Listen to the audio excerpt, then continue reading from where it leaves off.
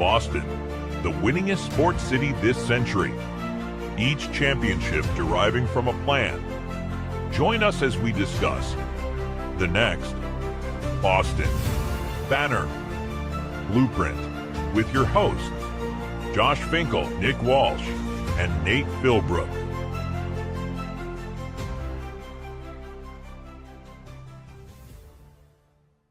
What is up, everybody, and welcome back to episode 32 or 33 of the Boston Banner Blueprint podcast. We're not sure what episode it is because Nick had to get us community striked on YouTube, and that one got taken down. But before we get too far into this podcast, I'm going to send it to Tony real quick, and then we will get into it. Yeah, first time doing this, guys. So you can find us on our socials at X at Boston Banner BP. Facebook and Instagram is Boston space banner space blueprint. And TikTok is boston.banner.blue. That a boy, Tony. That was pretty Not good. bad for the first time. Yeah, so obviously a different look for us tonight. It's going to be Tony and I down on the hardwood with Nate and Nick up in the skybox, kind of letting the kids take over the show, and they're watching from afar. I think Nick's going on a trip, and One of them is Nate, literally in the skybox. Yeah, Nate. We don't know what Nate's doing, but probably something fun. We're going to be talking Celtics tonight. They've made a plethora of moves, Tony. We've both seen it, both big Celtics fans. So we're going to see how we each feel about those moves and how we kind of feel going forward, whether that might be this season or the season when Tatum comes back. But before we talk Celtics, I haven't had a chance. Am I lagging? Sorry. No, you're not lagging, but I cannot wait till you get to this. This is, guys, this is what you've been waiting for. It's his Rafael Devers reaction. We haven't gotten it yet. It feels like it's been forever since the trade happened. But Fink, let them know what you're thinking. Yeah, so I mean, when I first got the notification on my phone, I was at okay. Let me go back from the beginning. So on that day, I was at 13 to 16 Babe Ruth practice. I'm the head coach, so I was running that practice. It was a great practice. It was towards the end. We were on the side doing bullpens. I was working with a couple pitchers, trying to work on, like Andrew Bailey in the pitching lab, but I'm a little bit better than he is. And then my phone starts blowing up. I'm getting phone calls. I'm getting texts. I'm getting all this stuff. And I'm like, what the heck? And then I don't answer it, obviously, because I'm a good coach. My attention's to the kids. Like, I'm not going to pick up my phone. Of course. No one would ever happening. It keeps happening, right? So I'm like, oh my God, I got to pick it up. So I just go to my phone, and it's my friend Jeff. Shout out Boston Sports Plus. He's got a good account on Instagram. Go follow him. But we'll have him on sometime. He's a big Boston sports fan. But anyway, so I finally go pick up my phone as someone's getting ready to throw their bullpen, and I look, and it says Rafael Devers traded the Giants, and I just read it out loud. And all the kids, they're like, "Where'd you see that? Who confirmed it? Why are you saying that?" They don't believe me. I'm honestly a little pissed off at this point. So I'm like, I don't want to get mad at the kids, right? I don't want to snap at them. So I'm like, oh yeah, like he got traded. It's not a big deal. Let's just focus on the bullpens. I'm so upset at this point. Like, I am pretty much holding back tears. I'm like, he's my favorite player. What are we doing? So it's tough for me now to really say how I feel because I've been able to sit on it. I've been able to see what's come out since. I've been able to see what the Red Sox have said, and I don't believe for a minute anything other than the article that Jeff Passan put out. That was a good piece. Don't know if you saw it, Tony, but it was just highlighted both sides where they went wrong. I didn't like what came out, like the report saying Rafi was mad at Campbell, all that stuff. I didn't really care for it. I kind of tuned out all the media. It was just my initial reaction was, why are you taking away the best player from this team? I get we don't see the behind the scenes stuff, but it's just like, you made this trade because pretty much Craig Breslow was upset and Devers was upset. And like Devers can't trade Craig. I think that would have happened before if that could have, but it sucks. I mean, it's good to kind of see Rafi's true colors, I guess. The next day he was in his second day playing with the Giants, he's on the field doing an interview, and he couldn't even do that here after he hit a walk-off. Durant had to take the interview on the field. So it's like, kind of see his true colors, kind of see how he is as a person, but it doesn't take away who he is on the field. Like, he is someone I'd rather have him. I want in my lineup anytime. 10 days out of 10. I know there's only 7 in a week, but yeah, I mean, at first I was upset, but now Now I'm okay with it. I just wish we could have got more. I mean, it's good they got rid of the money, but now you better spend that money, extend Bregman, go get Michael King, get some pitching, and then see what happens. But at the end of the day, it sucks. I don't know necessarily agree if the contract was underwater. I mean, he's a damn good player. We're seeing it. Each time he got more mad, he played better. So I think honestly they should have just kept going and making him mad. And I think my biggest takeaway though, Tony, was how like the locker room reacted. Like a lot of guys talked that day or the next day in the locker room when they got to Seattle, and it was kind of weird the way like I Durant was thought it like, was I weird wanted too. like 1 of 26. We don't care. Like, it just felt like they didn't care. Yeah. Like they move on. That's what I wanted to hear.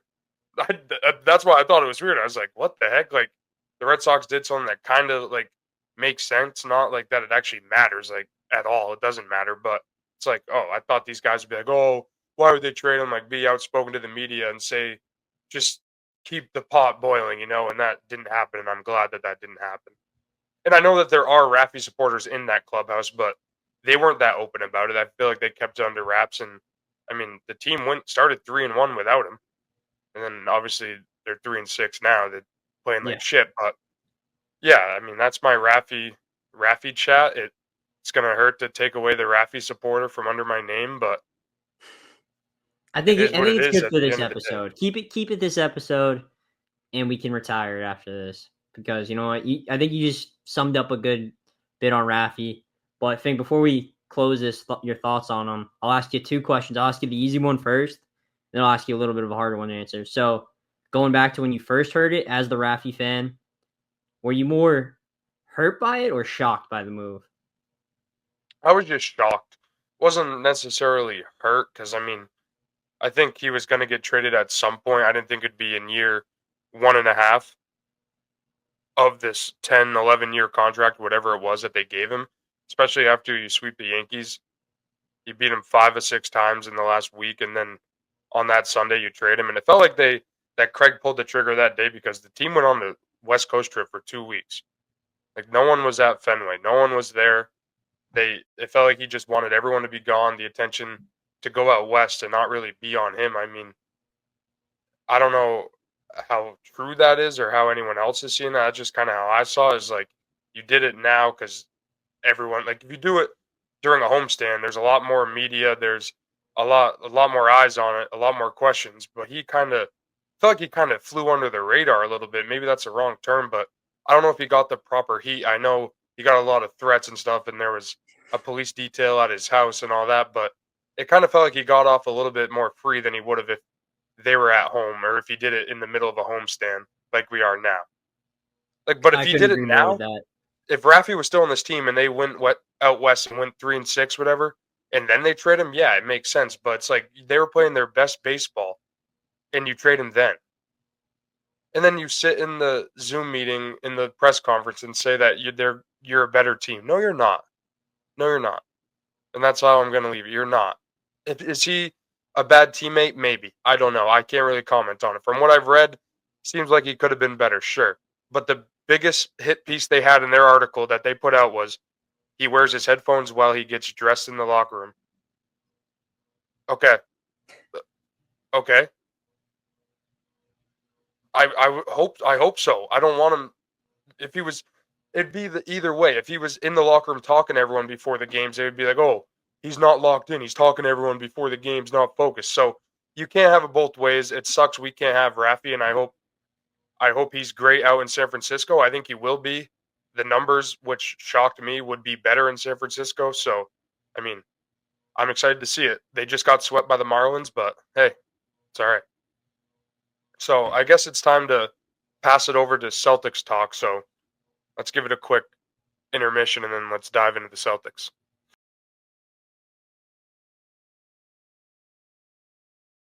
So kind of shifting gears now. I mean, not kind of, definitely shifting gears over from my Rafi thoughts into the Celtics offseason, and we really kind of now see their blueprint, Tony, and what Brad Stevens and this front office and this organization is trying to do.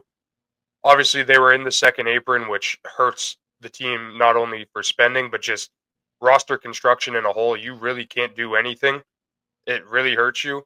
So it's good that now we don't really have to worry about that. Brad did a great job of getting out of the second apron, and we're going to highlight how he did that here in a second. But the first trade that we all kind of knew was coming, Tony, and that this was the guy me, you, and Nick definitely highlighted that we for sure knew was getting traded. I mean, it was either, I think we concluded that it was going to be either him or Porzingis. We didn't, I thought it was going to be both, and it ended up being both. Nick was more, it might be Drew over KP, which I was kind of surprised about.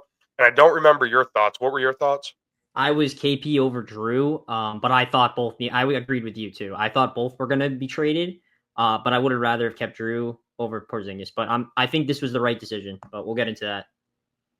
So obviously, a few nights ago, the news breaks that Drew Holiday got traded back to Portland, and I say back to Portland because the Celtics only acquired him because the Bucks sent him to Portland when they traded for Dame, and then like a day later, the Celtics swooped in and they sent Malcolm Brogdon, Robert Williams, and some picks over to Portland, and they acquired Drew. I mean, Drew was great, man. He was great in the community, great as a Celtic. This year wasn't his best. It kind of not what we saw the first year, but it was hard to replicate. I mean, he shot 68% in the corners. I mean, lockdown defense like we've seen, but he's getting older. He makes a lot of money, and hard decisions have to be made in this league. So they sent him to Portland, and they received Anthony Simons. And so for me, when I saw this, it was early in the morning before work at like 5 a.m. I went to bed early that night, so I didn't see it, which was the earliest I've gone to bed in weeks. So, of course, Brad Stevens makes a trade, right? But I saw it and I was like, oh, Drew Holiday, okay, what do we get? And I see Anthony Simons. I'm like, oh, okay, I can work with that. Tony? I had the same reaction. I'm a big Dame Lillard guy. I always watched him in Portland, so I got to see them play together his rookie year, and I saw what this guy has, and he's an athlete. Let me tell you, he's an athlete who's actually getting a shot too, as of recent. And if you just look at his career stats and the way he's progressed as a player, it reminds me a lot of. They're not the exact same type of player, but it reminds me a lot of Jaylen Brown. I don't know about you. I don't know if I see Jaylen Brown just in the terms of the shot making and how reliant he is on the three ball, but in terms of the athleticism and maybe the frame a little bit, I could see it, but I don't know. Anthony Simons just excites me, man, because him and Pritchard, like two of the more heat check guards in the league, guys that want to go out there get buckets. Like it's going to be exciting. So the fact that you send Drew to Portland, he makes like 26 or 24. You bring in Simons, he makes 18 on an expiring, so you save $5 or $6 million there. And then the next trade that happens was the three-team deal with the Nets, the Hawks, and the Celtics, where Porzingis got sent to Atlanta. We took on the minivan, Georges Niang, and a That guy second-round pick. sucks. Obviously, if you look at it initially, you're like, oh, the Celtics lost this trade. This is awful. You just traded KP for the minivan, yada, yada. But this is unheard of, what Brad Stevens did in this deal. They needed to get under the second apron. They needed to shed Porzingis' contract. And the only way that pretty much everyone thought they'd be able to do that was by taking on a substantial contract in return. Brad Stevens didn't do that. He said, hold on, hold my beer. Or he might not even drink beer. He might drink kombucha. He said, hold my kombucha. Let me make this a three-team deal. We'll take in Georges Niang, who I'm going to talk a little bit about Georges Niang more under the hood because he's the minivan. But he said, hold my kombucha. Let me hop in this three-team deal. Everyone gets what they want, and we get rid of Porzingis' money. And who's to say that he doesn't just sign back here in the offseason? He's just taking a vacation in Atlanta until Tatum gets healthy. It was a absolute masterclass of how to dump cap. Like, that's the best way to say it. Like, seriously, when you think about it, I can't remember the exact number of the differential between the two contracts. Fink, do you know what it is between Porzingis and it's like $28 million. $28 million. That's how much we said. And as much as I was just shitting on Yang, he's actually not that bad. He's a little bit older too. What is he? 33. Yeah, but I don't really care about his on the court stuff. Me either. I think it was a straight cap dump. But I'm just saying he's actually not as bad as a player as you think. Like when you really look at it, he could play some big bench minutes this next season. I'd say for sure, just the way the team's structured right now. But I think they're gonna go out there and make a few other moves to add to this team. Yeah, no, the thing with Niang is, we've seen him in many playoff series. We've seen him grab Jaylen Brown's knee, yada, yada. But you ask anybody in this league, you read any report, George Niang is a great teammate. Does anything for the team. He's a great culture guy. And, looking at it, you're probably like, okay, yeah, I guess. But if you really dive into it, George Niang is always in the playoffs, always in big playoff series. His teams, at least. Maybe not him physically, but his teams are always there. And that can't be a coincidence. So, obviously, it's not the same type of player as Porzingis. It's not going to excite you at all. He's a local guy from Mass, went to Tilton Academy. But it's, I think you got rid of the money. Like you said, it was definitely a salary dump. Yeah, but for what you got back, just in terms of you lose Drew, a big locker room guy, you might lose Al Horford too. Tatum's not going to be around much, so it's Jaylen Brown and some guys who have been there, yeah, but George Niang's a great locker room guy, great guy to bring in to try and help fill possibly two very big voids in terms of like camaraderie on a And team with yeah, Al and Horford leadership, and Drew which I Holiday. think you were getting at. I think that's something that I think it is like, to be fair, I think it could be a concern going into next year is how well the leadership would be in the locker room, like you were saying. But I think this does help with that. But losing Porzingis, who has that experience, Drew Holiday, obviously, who has that great leadership experience, that does hurt. But I think Jaylen Brown's a pretty great leader himself as well. So I don't think you'll have problems rallying the troops next year. I just hope that I'll be honest with you. I hope we go out and get a big man, like a legitimate big man, and someone that's proven. I can't think of a name right now who I'd want. I don't know. Do you have any off the top? Walker Kessler. I want Walker Kessler too, but what are we giving up for that? That's my concern. Sam Hauser and some picks. Like two Walker first. Kessler makes $4.5 million. I would trade Sam Hauser. I don't know if that would even get it done. Sam Hauser in like a first. I think you have I to don't know get if two that would get probably. it done. The 2K trade would definitely not go through. You think you gotta add like We, 3 or we would 4. have to look. I don't Yeah, think Walker Kessler would take multiple first round picks. I don't know. I could be It's just, wrong. yeah, I don't. We do definitely need a big for sure. But for me next year, it's like I'm not going into it with any expectations. I'll be happy with whatever happens. It's a very weak Eastern Conference now. No Halliburton, no Dame. It's just Giannis with no teammates. It's the Pacers. It's there's like 5 teams that are definitely better than you if the season started right now, and I could Sure. list those if you want. Let's hear But him. I'll see. Tell you if I agree or not. all right, the Cavs, the Cavs, Yep, I agree. the Pistons, Oh, okay. I agree. No, I agree. I the agree. I Magic, agree. What? the Magic, Okay. a team that just added Desmond Bain. Yeah. The All right. Magic are I'll give you definitely that. better. I'll give that's borderline to me. They But missed Paulo and Franz for half the year and still made the playoffs, finished 500, and they both missed 40 games. They're better, trust me. all right. Magic are better. Um, who would I say? Cavs, Knicks, Magic. Yep. Who else is in the East? Um, Said 5, I don't man. know, You're but there's struggling here. 3. Okay, there's 3 right there. Hold on. The Bucks ain't better. Come on. No, the Bucks aren't better. Who else? Come on. I Didn't gave it? you Didn't 3. it? Didn't Hold it? The on. Sixers with VJ Edgecombe. No, The Brooklyn Nets. no. All right, I got it right here. Oh, okay. I needed to see all the teams You in just looked front of up me. top 5 teams that are better than the Celtics next No, year. I looked up the NBA Eastern Conference teams. All right, so Cavs, Knicks, Pistons, Magic. Um, that's 4. Yep. You Cavs, need one Knicks, more. Pistons, Magic,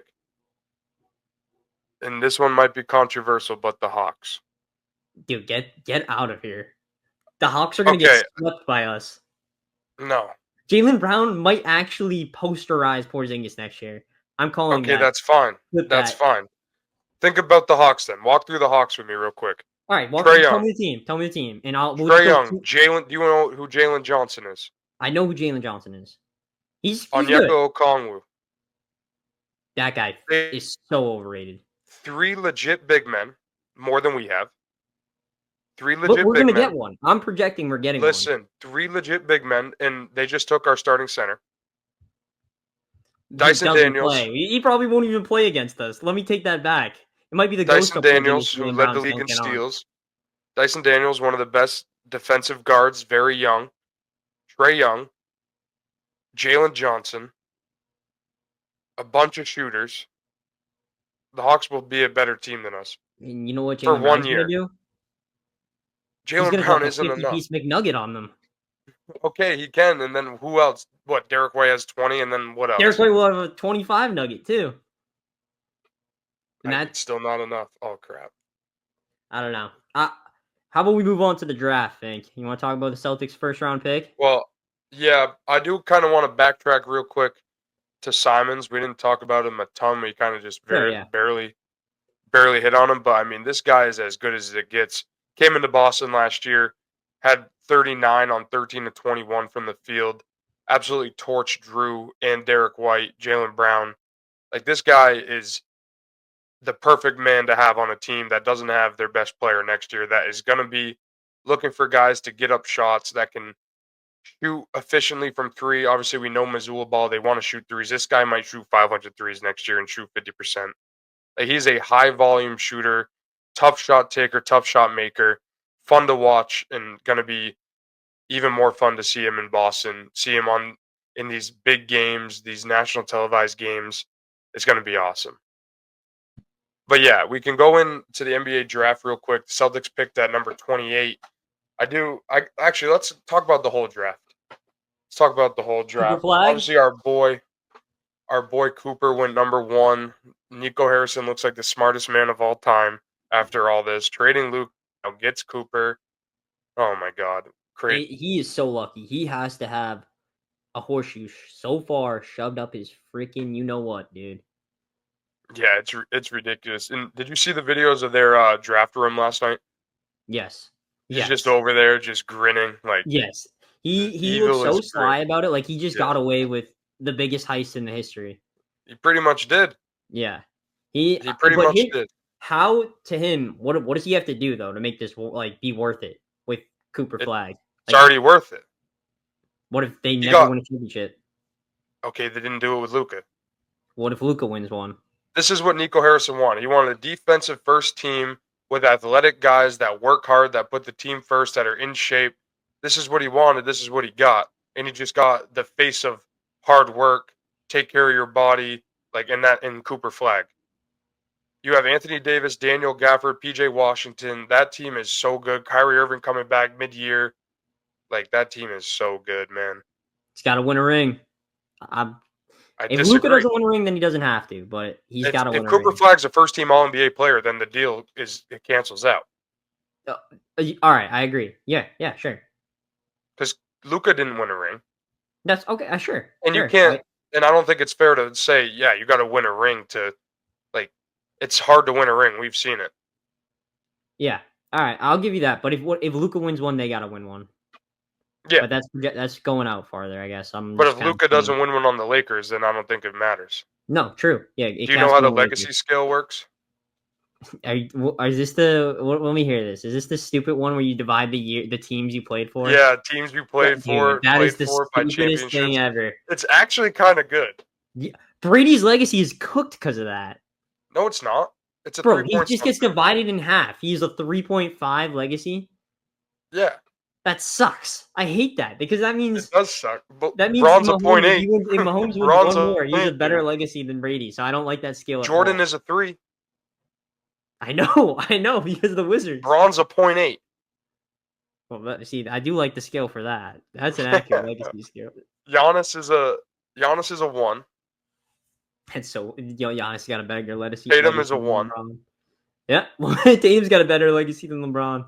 Yeah, this scale is what we got for baseball? Who's got the GOAT legacy? Baseball's so tough, man. It's just Mike Trout's got a 0, bro. That's so sad. Acuna has a 0. I'd give Acuna at 0.5 because he didn't play that year they won it. Yeah, he gets 0.5. He got hurt. I think who would have a good at Mookie Betts has Mookie would have a pretty good 1.5. Right? 2 teams, 2 rings. 3 rings? 3 rings, 3 rings, 1.5. Yeah, 1.5. All right, we're getting way off topic here with these. That's all right. Cooper. So yeah, and then so things kind of got interesting later on. Do you know who? Crap, I'm gonna butcher his name, but I know it. Malawak from Duke, the 7'2" center. Yeah, I don't think you said that right. I can't say it either. That's how you say it, I know Malawak. you're I talking. promise. All right. I'll get the audio ready. Yeah. Let me know if you can hear this here in a second. Na-na-na. So he went over. He ended up going number 10 overall to Phoenix. But if he was around like 15, 16, still hadn't been selected, I was really interested to see if Brad traded up to take him. This guy is really, really good. I mean, I saw him. I watched a few Duke games, and there was a game where he was in the pick and roll, and he switched onto the point guard. And this is a 7'2" big man, and he moved his feet like he was a guard guarding a guard. And that I was like, holy crap! Like he's athletic, 7'2", can run the pick and roll, like a legit big man. Something this team needs, and obviously it didn't happen. The Suns honestly did a really good job. Brought in Mark Williams, brought in Malawak, but yeah, let me get that audio real quick.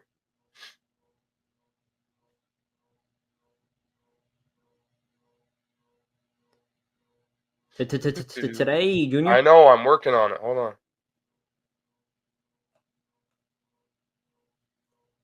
Talk. You don't have to just sit here and look at me. I mean, I don't know what to talk about with this. I'm waiting for the audio to hear if you produce it. Talk about some Ace Bailey. What'd you think of Ace Bailey? Oh, not gonna lie, that's probably the steal of the draft.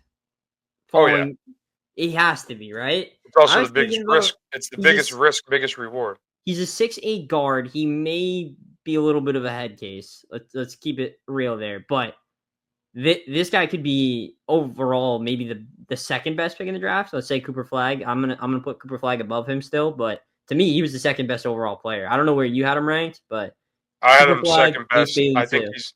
I think he's a. I don't know. I like watching Ace Bailey, man. He can get a bucket.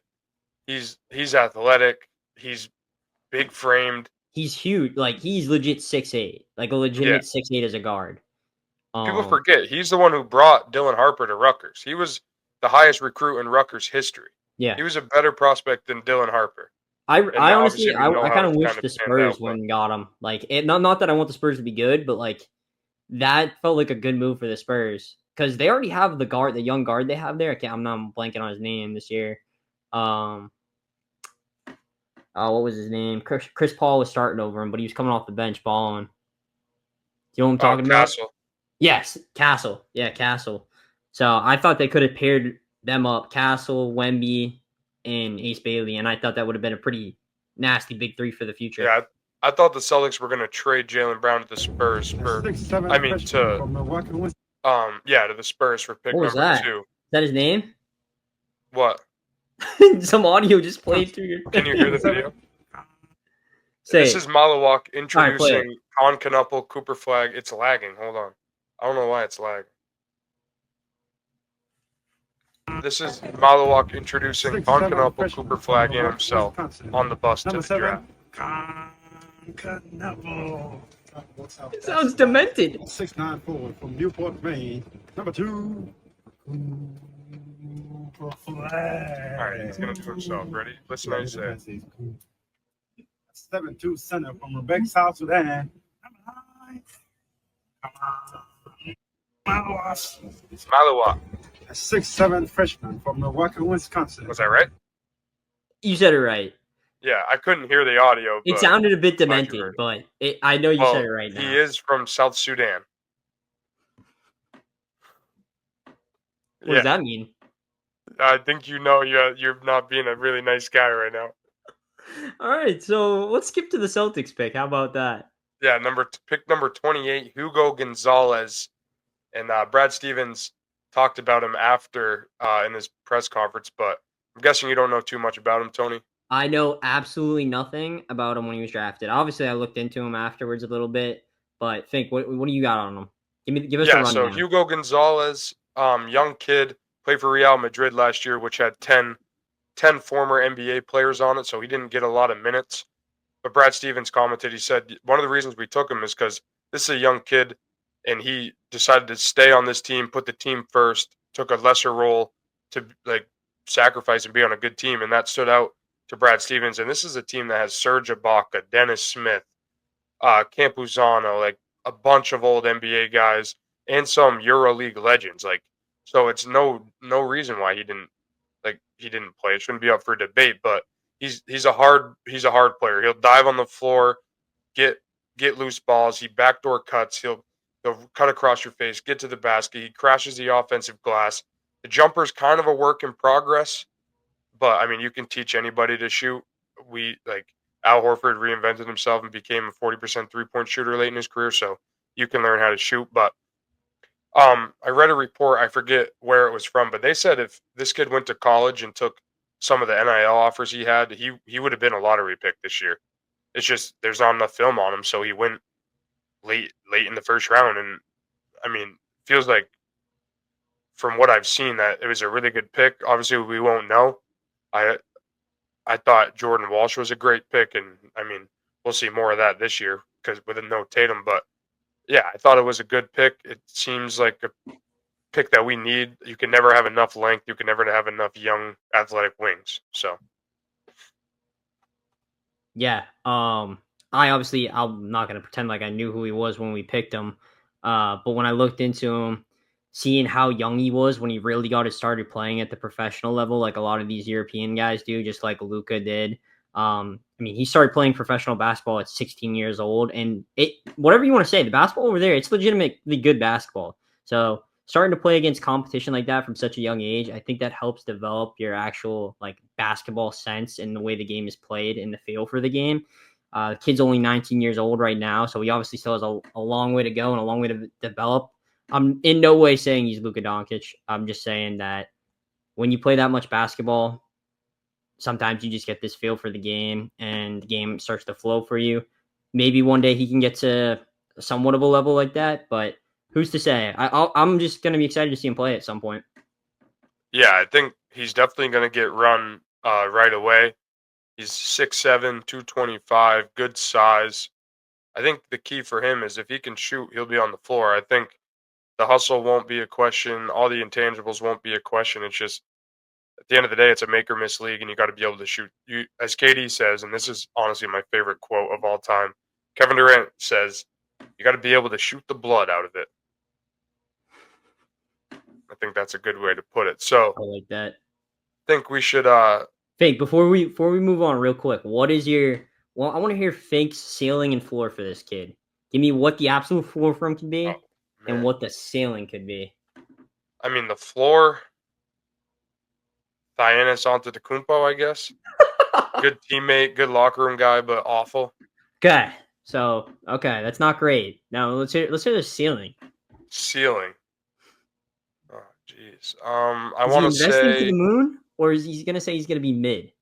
no. I don't think he's gonna be mid, but he's not gonna be Jason Tatum. I'm gonna say he's.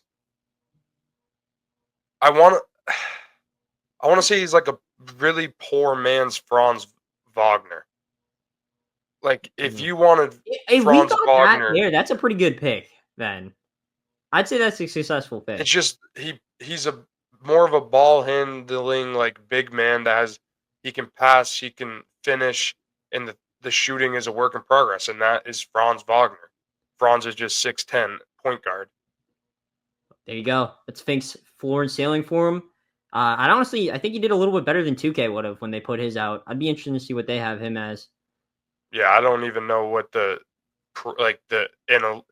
analysts had for like comps. No. I don't know. So yeah, I'll be excited to see him. I think he's an intriguing pick. I'll be excited to see him, Jordan Walsh, and Baylor Shireman more this year.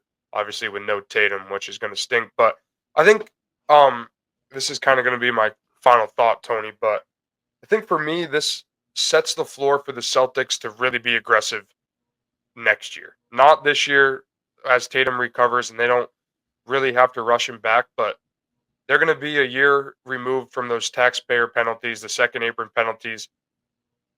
If they didn't make any trades, do you know what their payroll would have been on day one of the season? No.